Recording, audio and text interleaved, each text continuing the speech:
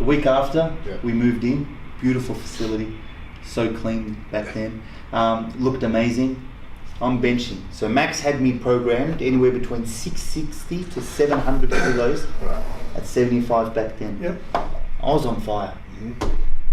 And I had 110 kilos for reps that day, and I'm benching.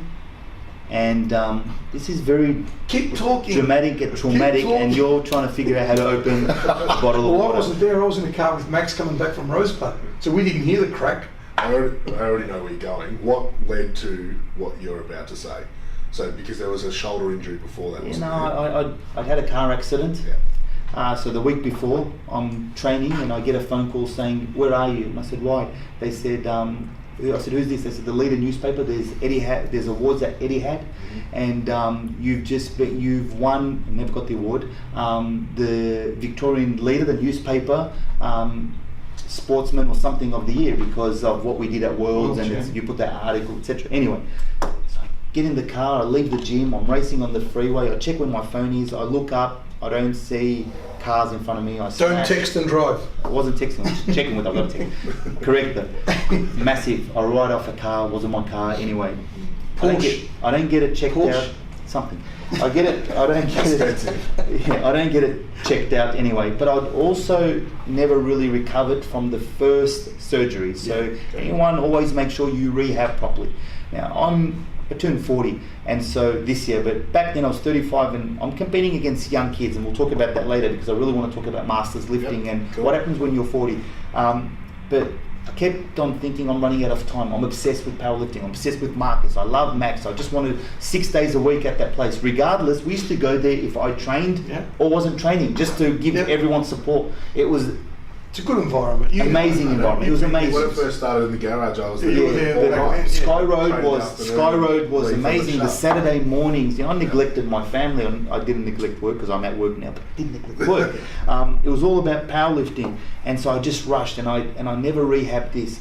And that particular day, I taped it more than normal. Right. I'm benching on the third rep. So where did you take your shoulder or your bicep? My bicep. Okay. My bicep. Dan America was spotting. Yeah. Dan America's spotting, and Jesse's filming. on the third rep, the most horrific noise, the break. So it breaks. I'm screaming. Yeah. I've never been, I've torn or hurt myself, but never like this. Dan America saved my life, right? He managed to catch, and you can watch it on YouTube or whatever. So many views. Yes, So and bad. and It's horrible. he catches it, right?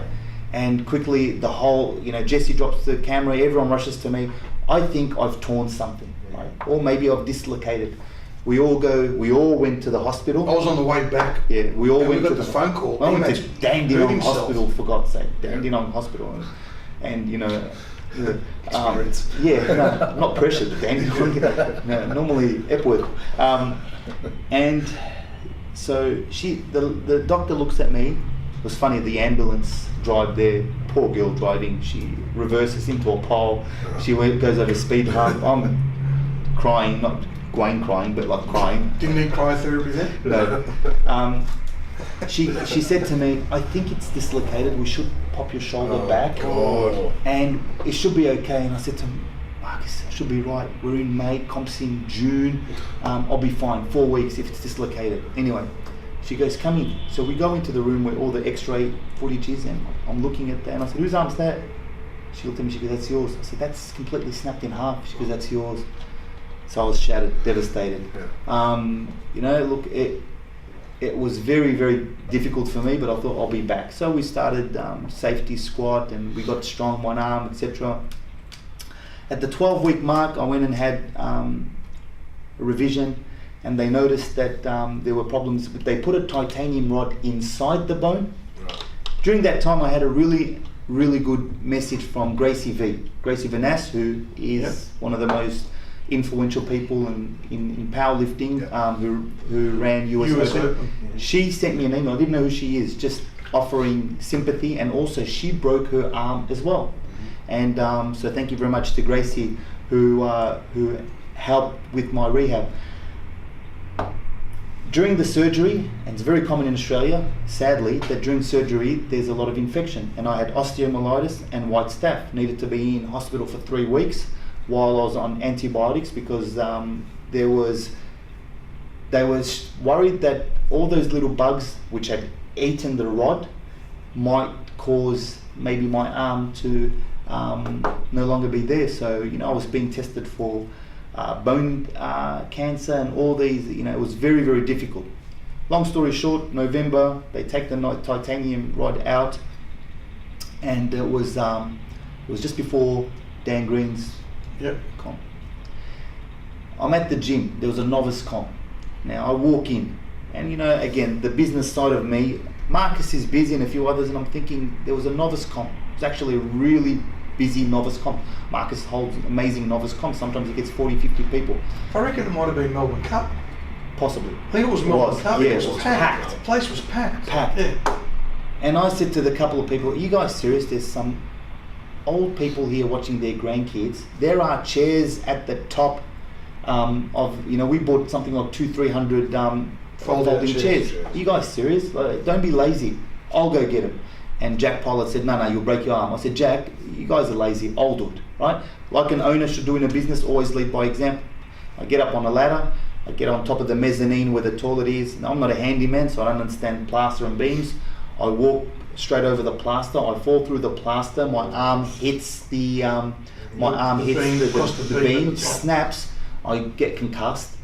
Who flew up? Wayne Howard. Wayne Colin flew up like Superman. No one moved as fast as the girl that was sitting on the toilet underneath you. There was no one. I can't remember. Yes, there was.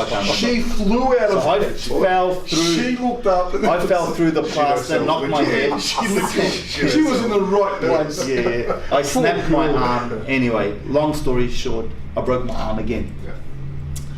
And so was it in exactly the same place? Same spot. Yeah. Right. So I went and saw a. Just break it off. Yeah. So it was. Don't use that word break. Sorry. Yeah. Rip So that off. we're getting to a point now where I'm starting to suffer depression, and because to be so close to recovering, and we break it again. Story doesn't get better because by now I'm starting to hate anything to do with powerlifting, PTC, anything, because I'm blaming them on everything that's gone wrong in my life. How do you go from the pinnacle, winning a medal, no matter where it is? It could be at a novice comp, but being, Actually, you'd won in a row states, pro raw, only male. nationals, and worlds. The quad. What do we call it? What do we call it? We called it something, and we offered big money. We did. 7,000 or something. No, but we didn't even have worlds in that one that we offered. Remember, you actually got worlds as well. Yeah, I think Nina and I are the only people 2012 that have ever won pro rule, states, worlds, and Nats. So get that one, Pat Morrison. Greta, just saying. Anyway, Dan Green, Andre, they're here. I killed it. It doesn't matter the fact that anyway. Did you total 550? It's a joke. It was a year joke. Because you're gonna fucking kill 550. No, I'm not gonna say anything. He is one of the most amazing people backstage. Wait till you meet him.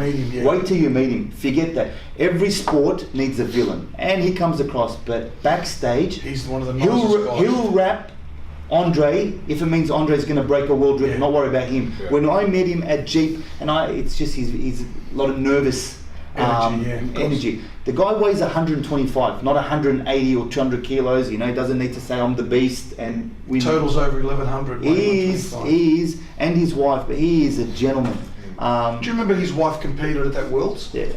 No. But he was all helping Dan Green. He's a. We've met him a few times. Lovely guy. Class. Where are we? February 26, 2014. Oh, yeah. Right. I start sending Marcus, hey, I'm coming back. And I start sending him footage of me squatting 240 and 230.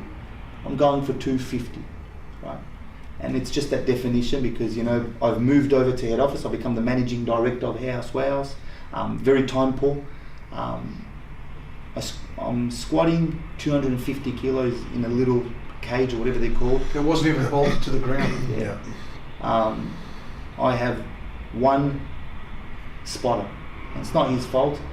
It's just a lesson to everyone that if you're serious about a sport and you want to compete in powerlifting or you want to squat anything over 180 kilos, you need to make sure that you do it at a place that accommodates for powerlifting. Yeah. It's very simple. If I want to be a footballer, I'll go to a football club. If I want to be very good at tennis, I'll get a tennis coach and play tennis on, very simple. No different to powerlifting. Yeah. So I'm not going to say I deserve what I got, but I kind of did, in the sense that... It was Jack Pollard that spotted you, wasn't it? Jack Pollard was the spotter. Big, strong kid as well. Very strong kid. Knows what he's doing. 842.5 kilo total. Yeah. As a 19-year-old. So not just a normal gym guy. No. And somebody knows what he's doing. Correct. So I'm squatting, and sadly my arm gets caught, and not only does this break, but also the elbow. Spiral funny. The elbow. And the most horrific break. They haven't seen anything like this. And if you see it again on my Instagram, it's really bad. And this time I knew something was even worse, because I could no longer feel my fingers. And but the anger that I had after that day, I punched Christian in the face. My brother Sam was traumatized. Jack, there was a lot of tears. Rang Marcus. I just didn't believe it when he told me. I thought he was being smart-ass. And saw a new surgeon, Andrew Oppie, brilliant. At the age of 39, he runs the trauma at, I think, Royal Children's or Alfred, completely different. And since then, we rehabbed. Marcus banned me from doing any squatting or anything unless it was done at. He said, if you want to remain friends, you are not to do it. So I promised him. And slowly, we did a lot of safety squat at PTC. Belt squat, we got the belt squat. Yeah, we built a belt squat, and there was a novice comp. And Marcus allowed me to do, I think you were there, to do a novice comp with a safety squat bar. And I squatted 250 kilos, and I think benched 60 kilos with one hand and deadlifted whatever, and we did sumo. And so, since then, knock on wood, and since 2014 to 2017, I've managed to come back and PB in total, 725 last year, and bench and dead and squat more than ever. Nationals last year. So if you rehab properly, if you do the right things, if you lift at the right place with the right people under the right coaching and the watchful eyes, you can rehab from any injury. And you've seen, shout out goes to Nathan Jones, who tore a quad tendon off the knee, but Dan Green squatted 60 kilos the other day, or 65 kilos after 101 days after the same injury. Brandon Lilly's had 20 plus surgeries. Ed Cohen, the greatest of all time, has had 2 hip reconstructions. There's plenty of stories of people coming back from injury.